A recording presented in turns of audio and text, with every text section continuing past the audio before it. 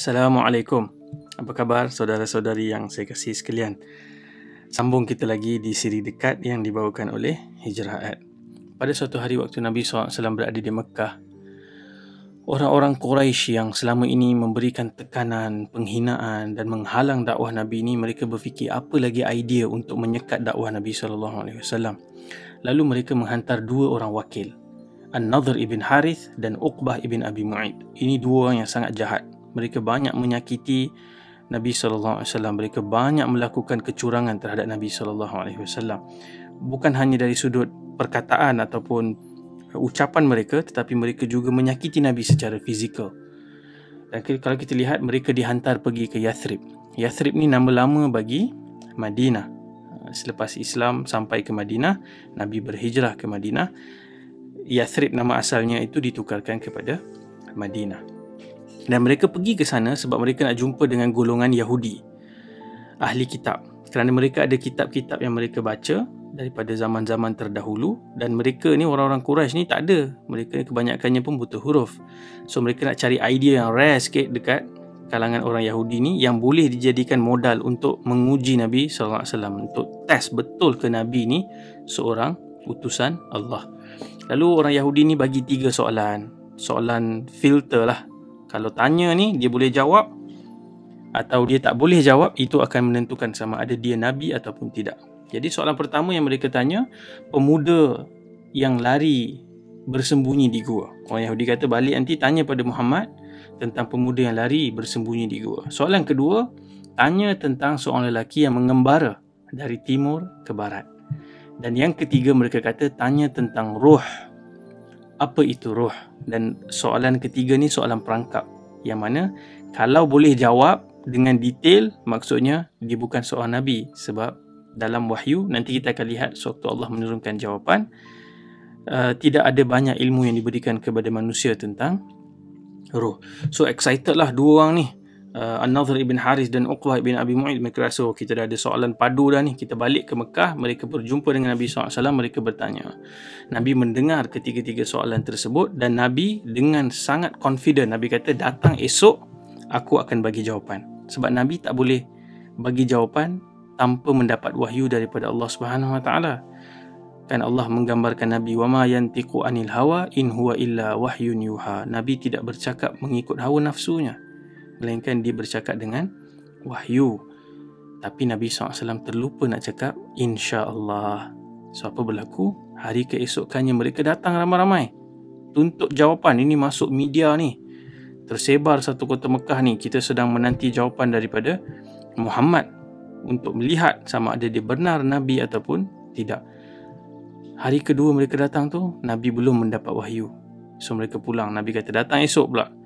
Keesokannya mereka datang, sekali lagi Nabi bagi tahu datang esok sebab wahyu belum turun. Dan suasana ini sudah bertukar menjadi satu kempen besar mengejek Nabi SAW, menyindir Nabi SAW. Dan Nabi SAW sangat tertekan dan sedih dengan keadaan ini. Dan tentunya orang-orang yang beriman pada ketika itu pun turut terkesan. Dan dalam riwayat yang diceritakan dalam kitab-kitab tafsir disebutkan, wahyu ditangguhkan sehingga 15 hari. Bayangkan 2 minggu tu sangat torture lah, apabila Quraisy dengan orang-orang yang berbuat jahat sama seperti mereka menyangka kali ini Nabi kita Muhammad SAW sudah terperangkap dan dia tak dapat jawab. Namun selepas 15 hari, Allah Subhanahu Wa Taala turunkan surah Al-Kahf. Surah ini Nabi sunnahkan kita baca pada hari Jumaat hari ini.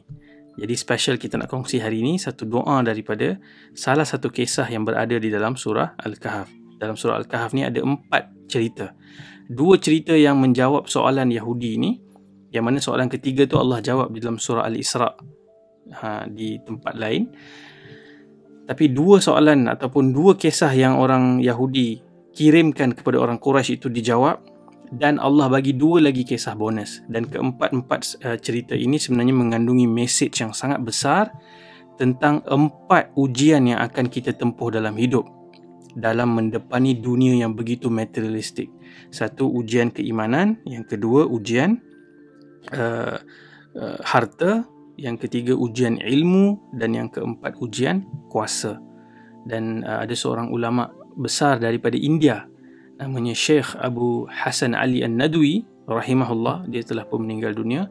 Dia pernah menulis satu buku khas yang mensyarahkan kisah-kisah di dalam surah Al-Kahf, dan terjemahannya ada, boleh dicari di kedai-kedai buku dengan tajuk Manusia dan Kemaruk Kebendaan. Itu tajuk yang dibagi. So dalam cerita ni kita nak fokus hari ni satu story je, kisah pemuda-pemuda yang lari ke gua, Ashabul Kahf. Dalam kisah Ashabul Kahf ini kita lihat menarik cara kisah itu diceritakan oleh Allah Subhanahu Wa Taala. Seolah-olah dia ada satu bahagian pendek yang memberikan kita trailer, dan doa yang kita nak cerita hari ni ada dalam trailer ni, dan seolah-olah doa ini dijawab. Kita kena tengok the full story yang datang selepas itu, lebih panjang, yang mendetailkan, yang menceritakan secara terperinci dan secara benar apa yang berlaku kepada pemuda-pemuda yang lari pergi ke gua. Jadi kita nak lihat ayat yang ke-9, surah yang ke-18, surah Al-Kahf. Allah Subhanahu Wa Taala sebut, am hasibta anna ashabal kahfi warraqimi kanu min ayatina ajaba. Adakah engkau menyangka wahai Muhammad bahawa kisah Ashabul Kahf, pemuda-pemuda yang lari ke gua ini, dan Ar-Raqim ni adalah pahatan di atas batu. Itu kena dengar cerita detail lah apa yang dimaksudkan tu. Dan Allah tanya, apakah kamu menyangka itu sahaja yang menakjubkan antara tanda-tanda yang membuktikan kekuasaan kami? Sebenarnya ada para ulama sebut Allah nak sindir orang Yahudi dan Quraisy ni. Soalnya, apa kamu ingat ini je kisah yang paling ajaib yang korang nak tanya? Ada banyak lagi keajaiban Allah Subhanahu Wa Taala. Tapi orang ni excited sangat dengan satu kisah ni. Ini simple je bagi Allah Subhanahu Wa Taala, Allah boleh cerita. Dan dalam yang ayat seterusnya, ayat ke-10, Allah kata, idh awal fityatu ilal kahf. Apabila kumpulan budak-budak muda, fityah ni muda lah, remaja, 20-an ataupun belasan tahun, ataupun pada usia yang masih lagi belum sepenuhnya matang, mereka lari ke gua, ilal kahf faqalu, dan inilah doa dia, dan mereka menyebut, Rabbana atina min ladunka rahmah wa hayyi' lana min amrina rasyada. Wahai Tuhan kami, kurniakanlah kami rahmat di sisimu, dan berikanlah ataupun tunjukkanlah kami, pimpinlah kami ke jalan yang benar dan yang memberikan keselamatan kepada kami, iaitu rusyda. Rasyada ini yang benar, yang seimbang, yang betul. Dan hari ini doa ini sangat penting, khususnya untuk orang-orang muda baca. Sebab apa? Hari ini kita berdepan dengan banyak bentuk ujian keimanan. Dan keimanan ni kalau kita boleh pecah kepada ada dua bahagian yang besar. Satu, syubhah. Yang kedua, syahwat. Satu syubhat, satu lagi syahwat. Syubhat ni apa? Hari ini kita ada akses kepada internet, ada macam-macam bahan, artikel, blog, video yang datang dan menanamkan keraguan kita terhadap agama kita sendiri. Kita dah mula berfikir, betul ke Tuhan ni wujud? Betul ke kita kena ikut Nabi Muhammad sallallahu alaihi wasallam? Dan kadang-kadang cara mereka menulis ataupun menggambarkan dalam movie ataupun dalam dokumentari, kita rasa macam betul lah, Islam ni macam dah ketinggalan zaman sebenarnya, tak relevan dah. Dan macam-macam lagi kekeliruan yang menggoyangkan ataupun menggugah keimanan kita. Dan itu ditambah pula dengan perangai sebahagian orang agamawan, orang Islam yang buat benda pelik-pelik. Macam baru-baru ni timbul isu yang saya pun malu nak sebut, nak cek pelajar perempuan di sekolah boleh solat ke tak boleh solat, sampai mufti pun nak kena keluarkan kenyataan. Benda common sense, tapi itulah jadi viral. Kawan-kawan kita non-Muslim pun rasa pelik, apa ni orang Islam ni macam ni. Kita pun rasa serabut. Itu benda-benda yang melibatkan syubhat. Yang kedua, kalau kita lihat ujian syahwat ini lebih berleluasa. Hari ini konten-konten yang kita ada di media sosial online ni banyak. Filem, movie, lagu, social media, post, yang mana konten-konten dia sangat sexually stimulating, dan juga stimulation pada benda-benda lain, pada kita rasa nak kejar kebendaan, nak jadi materialistik, nak jadi itu, nak jadi ini, nak jadi paling cantik, nak jadi paling handsome, nak jadi paling kaya. Semua itu sentiasa di stimulate dengan konten-konten yang kita lihat. Sehingga kita lihat ramai orang muda hari ini, disebabkan benda-benda macam ni, mereka terjebak dalam masalah-masalah yang lebih parah lah, kan. seks bebas dan pergaulan bebas, dan kita lihat bagaimana ramai juga orang yang kemudian dirasa benda-benda ni tak bagi pun kepuasan dan erti hidup.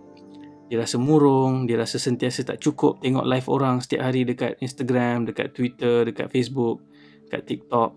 Kita rasa hidup kita tak ada purpose, tak ada direction. Dan kita belum cerita lagi lah benda-benda lain kan. Dalam negara kita ni politiknya hari-hari bergaduh sana sini, kita rasa serabut. Kemudian kita tengok COVID pula makin tinggi. Dan saya bercakap dengan mahasiswa yang berada di universiti yang nak grad tak lama lagi. Mereka semua bimbang. Macam mana ni, kerja tak ada.